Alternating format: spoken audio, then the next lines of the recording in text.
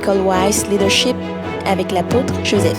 Tout ce que nous on a appris, moi j'ai travaillé au plus haut niveau, dans le leadership, dans le management, dans tout ça, la gestion. J'ai commencé la gestion quand j'étais en seconde, parce que j'ai fait bac G2.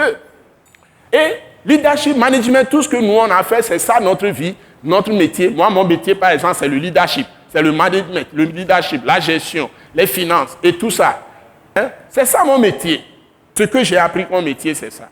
Maintenant, ce qui se passe dans le corps de Christ aujourd'hui, on va apprendre ces choses, ceux qui n'ont pas été dans ces formations comme nous.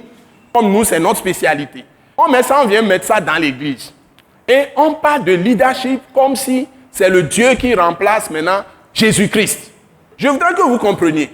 Si vous voulez faire la gestion, allez faire la gestion. Et faites le métier de gestionnaire dans une entreprise.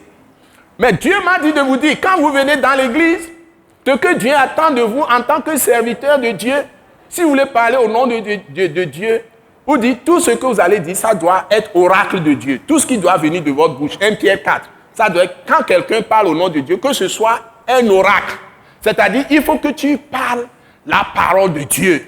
C'est-à-dire, devant une situation, si tu veux parler, dis ce que Dieu dit sur la situation. Ce n'est pas ce que les gens voient, la façon dont il faut faire les choses pour réussir, que les gestionnaires, les managers ont élaboré. Ce n'est pas ça qu'il faut suivre.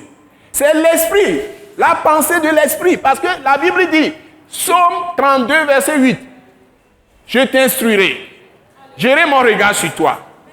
Je te montrerai la voie que tu dois suivre. » Hein? C'est-à-dire que quand tu es dans une situation, tu veux créer un projet par exemple, ce n'est pas les techniques commerciales qu'il faut commencer à apprendre.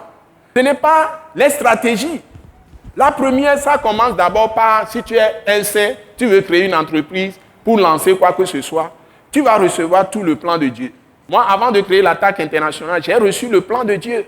Je vous assure. Avant de créer l'église, j'ai reçu le plan de Dieu. Parce que je n'ai pas voulu créer une entreprise mondaine. Donc, si tu veux créer une entreprise qui va servir dans le monde, c'est Dieu qui va te donner le plan.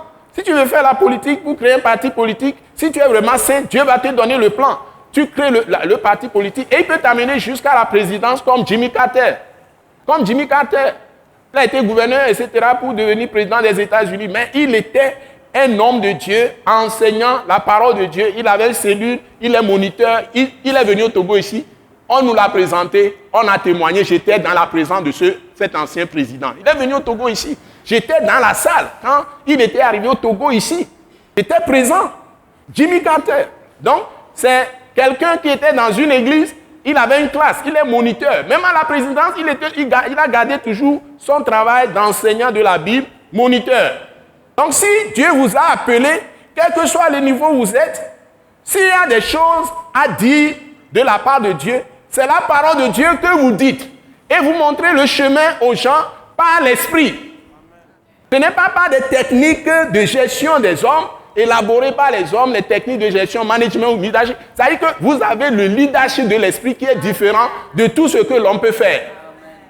Donc je voudrais que les chrétiens ne soient pas naïfs.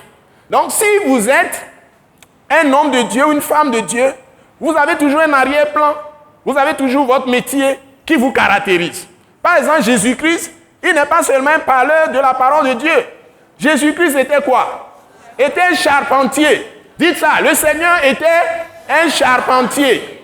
Il avait un métier. Oui. Il avait un métier. Donc, mais quand il prêchait, il ne prêchait pas le langage de charpentier. Il dit tout ce qu'il disait, c'est le Père qui le dit à travers lui. Donc, il parlait la parole de Dieu. Il ne parlait pas charpentier. Laissons les gestionnaires, les leaders, les leaderships, les managers là, dans leur place de gestionnaire. Mais venons à l'église, soyons des prophètes. Parce que Moïse a dit, vous serez tous des prophètes. C'est-à-dire des porte-paroles de Dieu. Amen. Vous parlez la parole de Dieu. Vous parlez la parole de Christ. C'est avec ça que vous allez changer le monde. Amen. S'il n'y a pas ça, il n'y aura pas de changement. Nous croyons que vous avez été bénis et édifiés à l'écoute de ce message et vous exhortons à persévérer dans la grâce de Dieu. Pour plus d'informations et pour écouter d'autres puissants messages, Merci de nous contacter au numéro indicatif 228 90 04 46 70 ou de visiter le site web atacinternational.org. Soyez bénis en Jésus-Christ.